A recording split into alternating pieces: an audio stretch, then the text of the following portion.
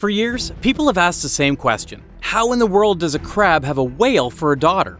And depending on who you ask, the answer could vary. Some say Krabs killed Pearl's mom and turned her into Krabby Patty meat.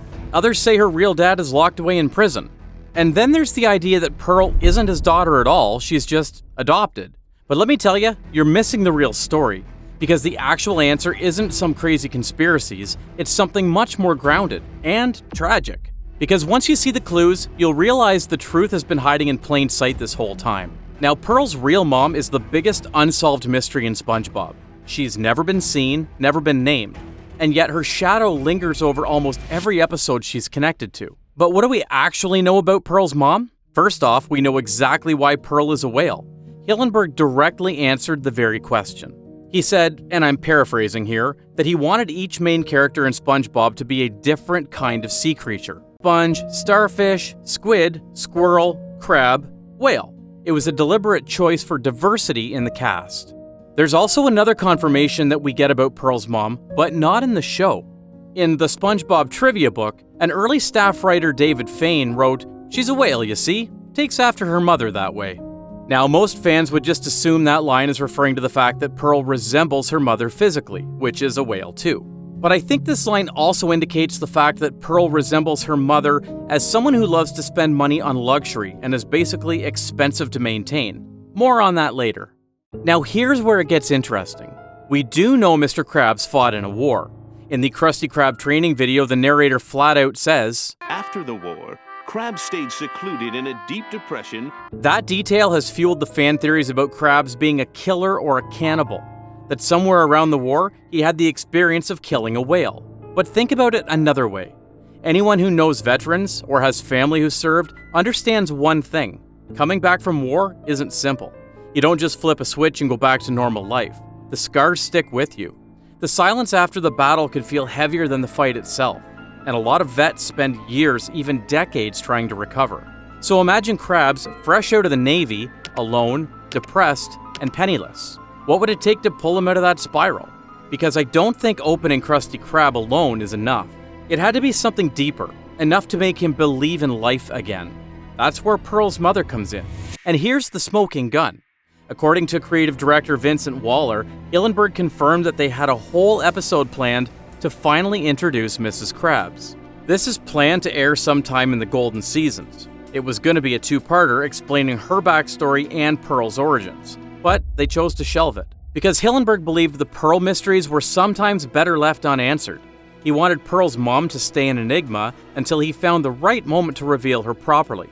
Sadly, he passed away before that could ever happen, so we may never know the plot. But let me ask you this question. Knowing Hillenburg and the golden 3 seasons of SpongeBob, do you really think his big reveal was going to be Pearl's mom got harpooned in war, or her parents are in jail so Krabs decided to give her a better life? Come on. If anything, it would have been something tragic, but grounded. We actually have more breadcrumbs to work with. For one, Krabs' house is full of Navy memorabilia, and we've met several old pals from his service days. That already sets the stage for who Krabs really is, a veteran with a past he doesn't talk about. But look closer inside his home. Along with the Navy stuff, we see pictures of whales hanging on the walls. Like here, and here too. Now, these aren't pictures of Pearl, they're way too big. These are whales the size of ships. So who were they? Fans usually ignore these details, but to me, it feels like a quiet nod. A symbol that Krabs had an important whale in his life. One that really meant something to him. But not in that kind of bloodthirst or revenge kind of obsession. It was more of a kind of lust obsession. Yes, Eugene Krabs is falling in love with a sperm whale. Now you might be thinking, why would a crustacean fall in love with the largest mammal in the sea? That just doesn't make sense. Nuh-uh-uh. The only 2 relationships we ever see him have are with Mrs. Puff, a pufferfish, and Pearl's mother, a whale. You see what I'm getting at here? In both cases, Krabs goes for women who are larger than him. Let's just put it that way. Krabs doesn't fall for someone modest. He falls for personalities that overwhelm him. And that's exactly what he needed after the war, someone big enough to pull him out of the darkness. So here's how I imagine it went. After the war, Krabs is broken, as many vets are. Until he meets Pearl's mom. She's vibrant, spoiled, loves to spend money, everything Krabs isn't. But against all odds, they click. He falls hard for her. It gives him a reason to move forward, to start the Krusty Krab and to build a future. It also makes more sense if Krabs opens up Krusty Krab as his way to get his wealth, because again, Pearl's mother is not cheap to get. Suddenly, the training video line makes perfect sense. The line, "After the war, Krabs fell into a depression until he bought a restaurant." It was about rebuilding his life with her by his side. Sadly, Pearl's mom doesn't stay long. We don't know exactly if she died, maybe illness, maybe accident, or if she simply walked out because Krabs was too cheap and couldn't provide the life she wanted. And here's the thing, we actually have evidence pointing to that second option. See, the answer lies in the Krusty Krab journey. If we take into account that Krabs was born in 1942, like in his driver's license, and that he fought in the war when he's young, it means he served in the Navy somewhere around the 1960s to 1970s. Gee, I wonder what war he fought in. This means that he met Pearl's mother early in the 70s, right around the time Krabs opens Krusty Krab and hires both Squidward and Jim, the original fry cook. Jim obviously did some ethereal works, giving Krabs enough money to afford such a class in the early days of Krusty Krab. But Jim didn't last long because Krab refused to give him a raise, so he quit only a few years later. Now, we don't get to see much of Krusty Krab in the 80s and 90s. SpongeBob himself was born in 1986 and only joined in 1999. But assuming it was only Krabs and Squidward running the business at the time, I would bet that business wasn't good. So Krabs had to spend his savings just to run Krusty Krab on cheap maintenance, as we see in the episode Help Wanted. This financial difficulty is severely affecting Krabs' relationship with his wife. Just imagine. Pearl's still a baby, the restaurant isn't making money, and his wife, spoiled, expensive, bratty, can't accept that. So she leaves. And yes, this proves something most fans like to deny. Pearl is Mr. Krabs' biological daughter. How does that even work? A crab and a whale? Well, it doesn't, not in real biology. But in cartoon logic? Of course it does. You're not supposed to pull out Punnett squares in a cartoon. You're supposed to accept the emotional truth. Pearl is Krabs' daughter. And actually, Pearl being Krabs' biological daughter makes the story stronger, because if Pearl were adopted, the whole guilt angle collapses. Spoiling her wouldn't make sense, and if she is the last piece of the woman he lost, then spoiling Pearl is about her mother. Every birthday party, every dollar wasted, every broken wallet is him trying to hold on to a woman who's long gone. Furthermore, if we want to be more pragmatic with the story, why does Mr. Krabs not bother to change the Krusty Krab sign? The one that is shaped like a clamshell?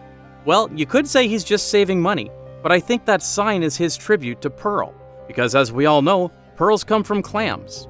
It's his way to remember the life he tried to build and the one person he refuses to let slip away. Now here's where the details get even weirder. If you've watched SpongeBob long enough, you know Mr. Krabs has an obsession with clams. There's a whole episode dedicated to it. In Clams, Krabs literally hunts a giant clam after losing his millionth dollar. The entire story is a direct parody of Jaws, a man versus nature revenge plot. But here's the thing, why clams? Why not sharks or eels or any other sea predator? Because clams are directly tied to Pearl. Pearls come from clams, and Krabs surrounds himself with them. His restaurant sign is literally a clamshell. His curses are all clam-related. Even his most famous outburst is Mother of Pearl! Mother of Pearl! It sounds like him invoking Pearl's mother every single time something shocks him. Like a man who lost the love of his life and can't stop muttering her name in moments of stress. Now, back to the story. That means Krabs divorced around the late 80s, right after Pearl was born. That one tragic moment alone explains everything about Krabs' character. Why would the cheapest man in Bikini Bottom, the guy who refuses frying oil, steals pennies, and sells SpongeBob for 62 cents, be willing to spend thousands on Pearl's birthday? Why would he let her wreck the Krusty Krab in bossy boots? Why would he allow her to drain his wallet on shopping sprees?